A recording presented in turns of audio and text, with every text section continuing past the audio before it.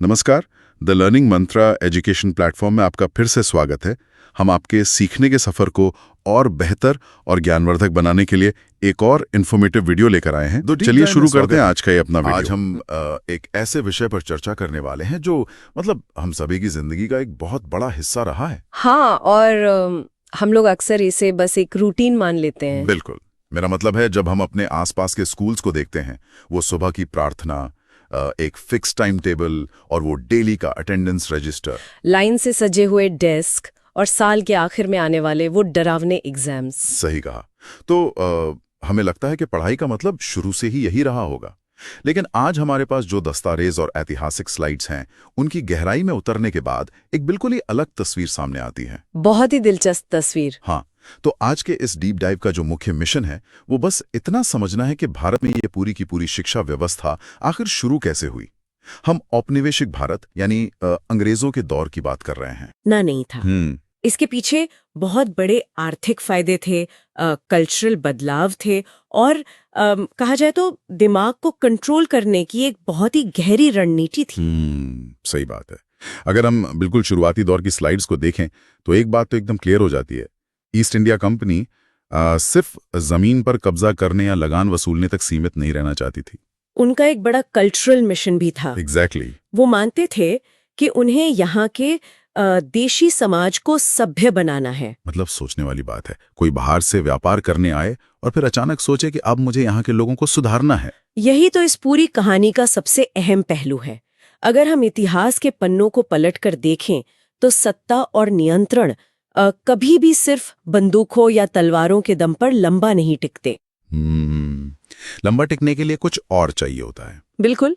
अगर आपको किसी बड़े समाज पर स्थायी राज करना है तो सबसे इफेक्टिव तरीका ये है कि आप उनके सोचने के तरीके को ही बदल दें, माइंडसेट को बदल दें। हाँ, ब्रिटिश प्रशासकों के सामने उस वक्त सबसे बड़ा सिरदर्द यही था कि इन करोड़ों भारतीयों को अच्छी प्रजा यानी एक आज्ञाकारी समाज कैसे बनाया जाए। और इन दस्तावेजों से पता चलता है कि इस एक सवाल पर उनके अपने अधिकारियों के बीच कोई आम सहमति नहीं थी। बिल्कुल नहीं।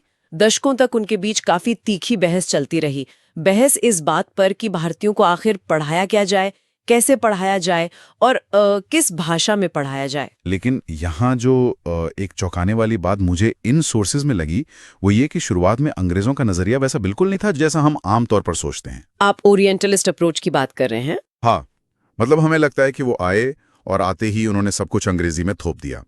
लेकिन दस्तावेज बताते हैं कि शुरुआती दौर में उनका नजरिया प्राच्यवादी या ओरिएंटलिस्ट था। वो एक तरह से भारतीय ज्ञान और प्राचीन ग्रंथों के काफी बड़े प्रशंसक बन गए थे। वही तो, ऐसा लग रहा था जैसे वो उन ग्रंथों में पूरी तरह डूब गए हों। ऐसा क्यों था? इसका एक बड़ा प्रैक्टिकल रीजन था।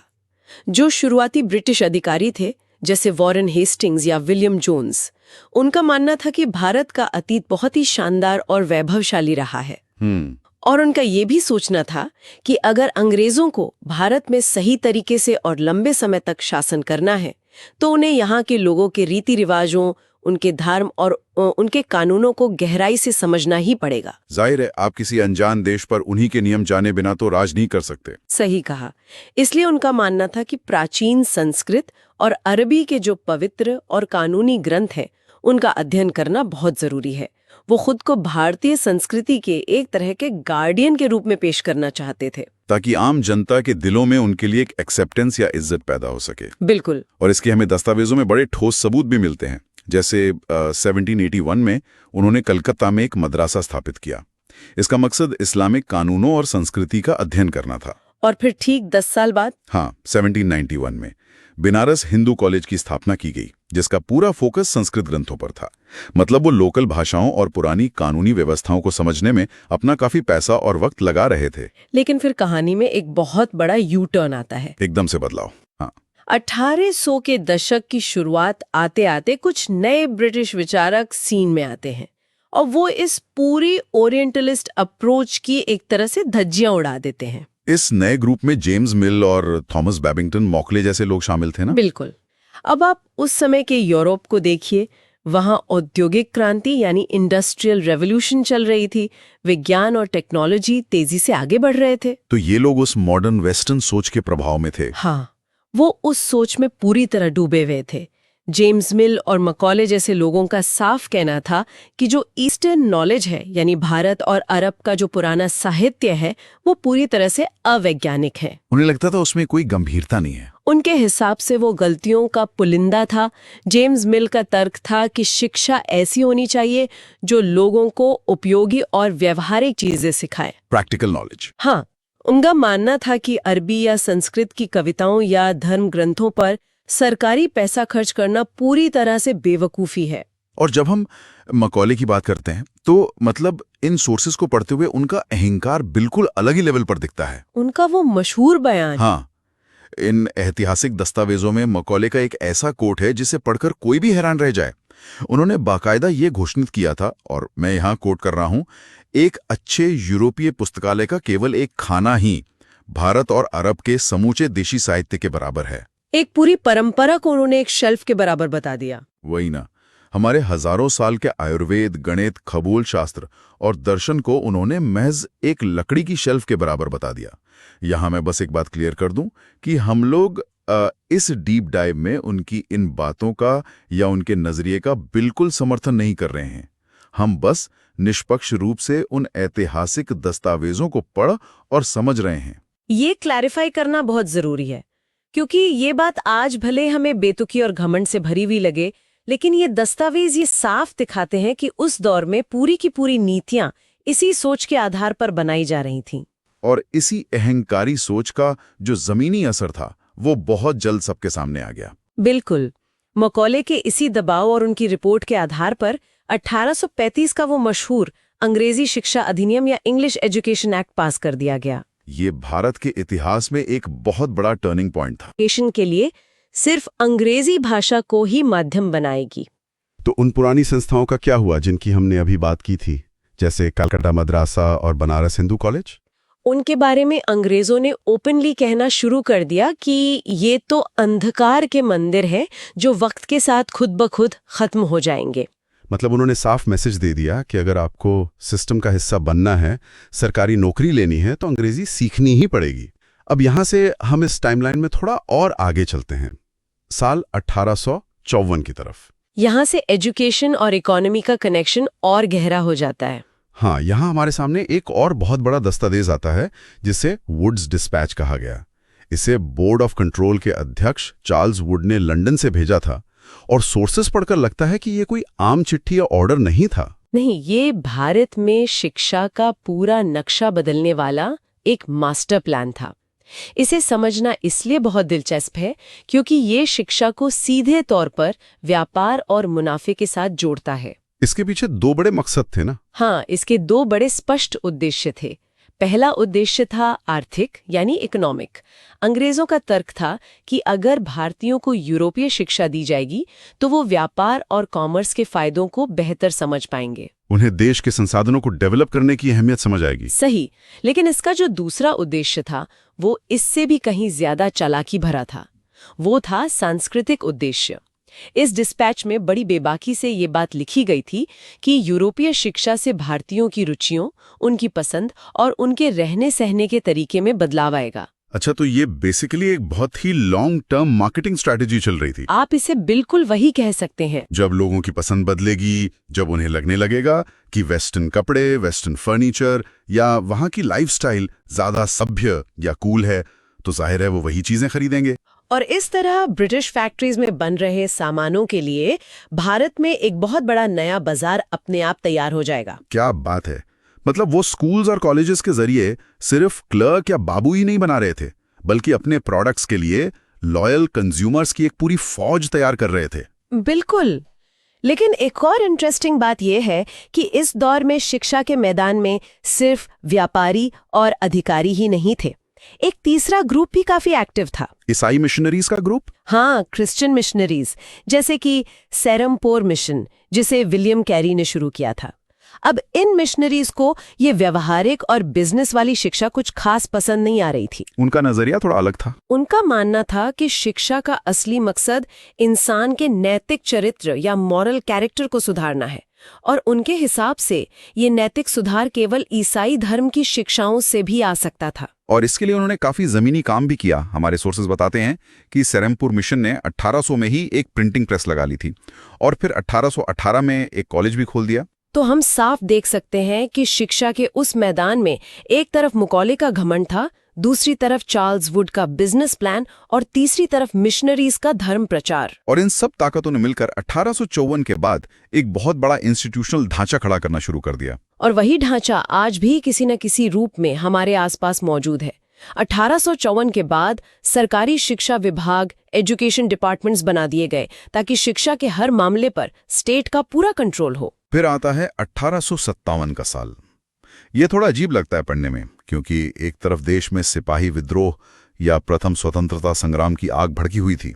मंगल पांडे और रानी लक्ष्मीबाई जैसे लोग ब्रिटिश राज की नींव हिला रहे थे। और ठीक उसी भयानक उथल-पुथल के बीच अंग्रेज कलकत्ता, मद्रास और बॉम्बे में बड़े-बड़े विश्वविद्यालयों की स्थापना कर रहे थे। मतलब वो एक तरफ गोलियां चला रहे थे और दूसरी तरफ यूनिवर्सिटीज के नियम बना रहे हैं। अजब का कॉन्ट्रास्ट है। और इसके साथ ही उनका ध्यान अब एलिमेंट्री स्कूलिंग यानी प्राथमिक विद्यालयों की तरफ भी जाने लगा था। यहाँ से ग्राउंड लेवल पर चीजें बदलना शुरू होती हैं। यहाँ आकर एक बहुत ही बेसिक सा सवाल उठता है। अंग्रेज जब ये सब बड़े बड़े नियम बना रहे थे और उनकी पॉलिसी डिस्कशंस चल रही थी, तब आखिर जमीनी हकीकत क्या थी? मतलब उनके आने से पहले एक आम हिंदुस्तानी बच्चा आखिर कैसे पढ़ रहा था? ये बहुत अच्छा सवाल है और इसका जवाब हमें मिलता है 1830s के दशक की एक बहुत ही जबरदस्त रिपोर्ट में। हाँ, वो विलियम एडम वाली रिपोर्ट, जो एक स्कॉटिश मिशनरी थे। मैं जब उस रिपोर्ट के आंकड़े पढ़ रहा था तो मैं हैरान रह गया। ये रिपोर्ट उन सभी बातों को जुटला देती है जिनमें यह दावा किया जाता था कि भारत में उस वक्त एजुकेशन थी ही नहीं। विलियम एडम की वो रिपोर्ट वाकई आंखें खोलने वाली है। उस रिपोर्ट के मुताबिक सिर्फ बंगाल और बिहार के इलाकों में 1 लाख से ज्यादा स्थानीय पाठशालाएं चल रही थीं। 1 लाख? हाँ, और अगर हम इस डेटा को थोड़ा और डीपली देखें तो हर पाठशाला में औसतन 20 बच्चे होते थे। इसका सीधा सा मतलब है कि सिर्फ उन 2 राज्यों में 20 लाख से ज्यादा बच्चे पढ़ाई कर रहे थे। 20 लाख बच्चे उस जमाने के हिसाब से कोई मामूली आंकड़ा नहीं है। इससे यह साबित होता है कि शिक्षा का प्रसार काफी बड़े पैमाने पर था। बस उसका तरीका इन वेस्टर्न स्कूल्स ऐसा नहीं था। बिल्कुल नहीं। और वो तरीका अपने आप में कितना अनोखा था। मुझे उस सिस्टम का जो लचीलापन यानी फ्लेक्सिबिलिटी दिखी, वो सबसे ज्यादा कमाल की चीज लगी। इन पाठशालाओं में आज की तरह कोई छपी हुई किताबें नहीं होती थी, कोई भारी भरकम फीस भी नहीं थी जो सबको एक जैसी देनी ही पड़े, और ना ही कोई पक्की ईंट पत्थर की स्कूल बिल्डिंग थी। बच्चे किसी बरगद के पेड़ के नीचे या किसी मंदिर के आंगन में या सीधे गुरुजी के घर पर बैठकर पढ़ते थे। और जो फीस होती थी वो बच्चों के माता पिता की आमदनी के हिसाब से तय होती थी। मतलब अमीर थोड़ा ज्यादा देगा और गरीब कम देगा। लेकिन इन सब में जो सबसे शानदार बात थी वो थी उनकी छुट्टियों का सिस्टम। हार्वेस्टिंग यानी फसल की कटाई का वक्त। एग्जैक्टली। जब खेत में कटाई का वक्त आता था तब ये कक्षाएं पूरी तरह बंद रहती थीं, क्योंकि ये पूरा समाज जानता था कि किसान का बच्चा उस वक्त खेत में अपने परिवार की मदद करेगा। कितना प्रैक्टिकल सिस्टम था ये, उनकी लाइफ के साथ कंप्लीटली सिंक में। लेकिन फिर अंग्रेजों को लगा कि ये ठीक नहीं है। और यहीं पर हमारा सबसे बड़ा टकराव देखने को मिलता है। 1854 के बाद ब्रिटिश सरकार ने फैसला किया कि इन देसी पाठशालाओं को ऐसे आजाद नहीं छोड़ा जा सकता। उन्होंने इसमें सुधार लाने के नाम पर दखल देना शुरू कर दिया। और जो नए नियम आए उन्होंने उस पुराने लचीलेपन का गला घोंट दिया। स्थानीय पंडितों को अब सरकारी नौकरी पर रख लिया गया, लेकिन उन पर बहुत कड़ी शर्तें थोप दी गईं। एक सख्त टाइम टेबल लागू कर दिया गया, पढ़ाई को पूरी तरह टेक्स्ट बुक्स पर आधारित कर दिया गया और साल के आखिर में एग्जाम्स का प्रेशर डाल दिया गया। और सबसे बड़ी बात, अटेंडेंस यानी रोजाना आना अनिवार्य कर दिया गया। Mandatory attendance. मतलब ये कि अगर किसी गरीब किसान के बच्चे को फसल कटाई के वक्त खेत में काम करना है तो उसे स्कूल से बाहर कर दिया जाएगा। ये तो वही बात हो गई कि आपके घर में बहुत जरूरी काम है, गुजारे का सवाल है और सिस्टम कह रहा है कि नहीं, पहले क्लास में आकर अटेंडेंस दो। इन नए नियमों ने तो जैसे पूरी की पूरी व्यवस्था को ही पलट कर रख दिया।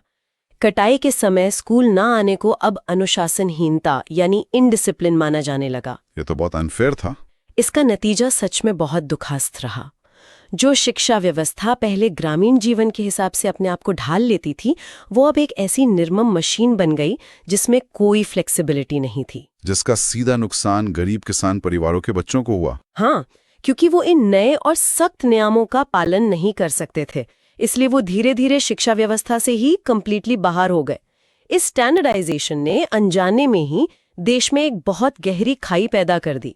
ये सब सुनकर थोड़ा गुस्सा भी आता है और सोचने पर मजबूर भी होना पड़ता है। जाहिर है उस दौर के भारतीय विचारक ये सब चुपचाप बैठकर तो नहीं देख रहे होंगे। बिल्कुल नहीं।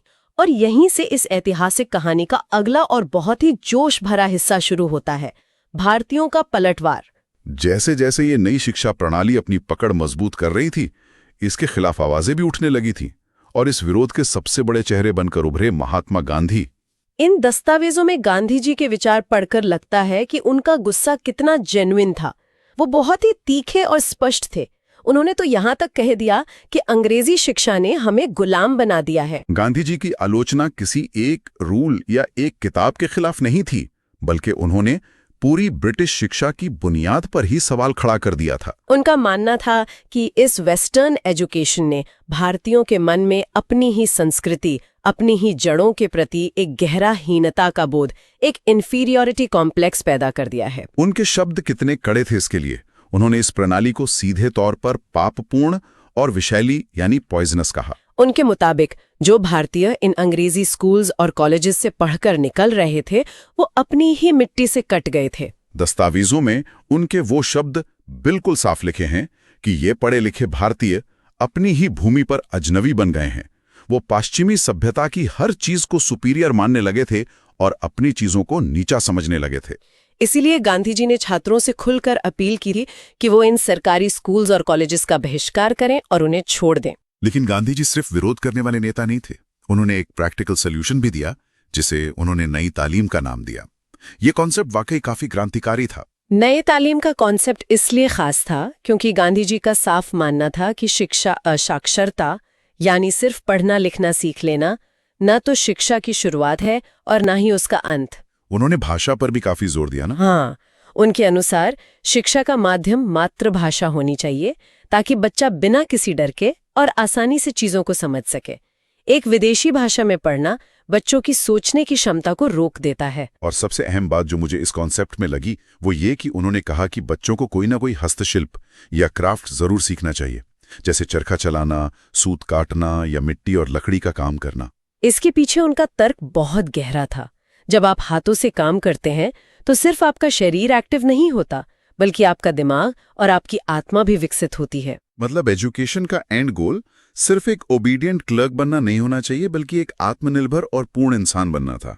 बिल्कुल सही। अब देखिए, इसी दौर में एक और बहुत बड़े विचारक थे जो शिक्षा को लेकर एक बिल्कुल अलग ढंग का प्रयोग कर रहे थे, रविंद्रनाथ टैगोर। उनका अपना बचपन कैलकाटा के स्कूल्स में बहुत ही घुटन भरा बीता था। उन्होंने उस बारे में लिखा भी है। हाँ, उन्हें लगता था कि स्कूल की वो चारदीवारी और वो क्लासरूम किसी जेल से कम नहीं है, जहां बच्चे डरे सहमे बैठे रहते हैं। इसलिए 1901 में उन्होंने कैलकाटा की भीड़ भाड़ से काफी दूर एक शांति से भरी जगह पर अपना खुद का एक स्कूल खोला, जिसे आज हम सब शांति निकेतन के नाम से जानते हैं। टैगोर का जो विजन था वो बहुत ही काव्यात्मक और प्रकृति से जुड़ा हुआ था। उनका डीप बिलीफ था कि सृजनात्मकता यानी क्रिएटिविटी तभी खिल सकती है जब इंसान नेचर के करीब हो। इसीलिए वहां क्लासेस किसी बंद कमरे में नहीं लगती थीं, बल्कि खुले आसमान के नीचे और पेड़ों की छांव में लगती थी। वो चाहते थे कि बच्चों के अंदर जो नेचुरली एक आर्ट और खुशी है, उसे पूरी आजादी मिले। लेकिन यहाँ एक बहुत ही दिलचस्प पहलू सामने आता है। अगर हम इन सोर्सेज के आधार पर गांधी जी और टैगोर की तुलना करें तो दोनों ही ब्रिटिश शिक्षा प्रणाली के सख्त खिलाफ थे। लेकिन दोनों की अपनी सोच में कुछ गहरे मतभेद भी थे। हाँ, और वो वैचारिक मतभेद काफी क्लियरली इन दस्तावेजों में नजर आते हैं। जैसा कि हमने देखा, महात्मा गांधी पश्चिमी मशीनों और मॉडर्न टेक्नोलॉजी के बहुत बड़े आलोचक थे। उन्हें लगता था कि मशीनें इंसान को कमजोर और गुलाम बनाती हैं। वहीं दूसरी तरफ टैगोर की अप्रोच थोड़ी अलग थी।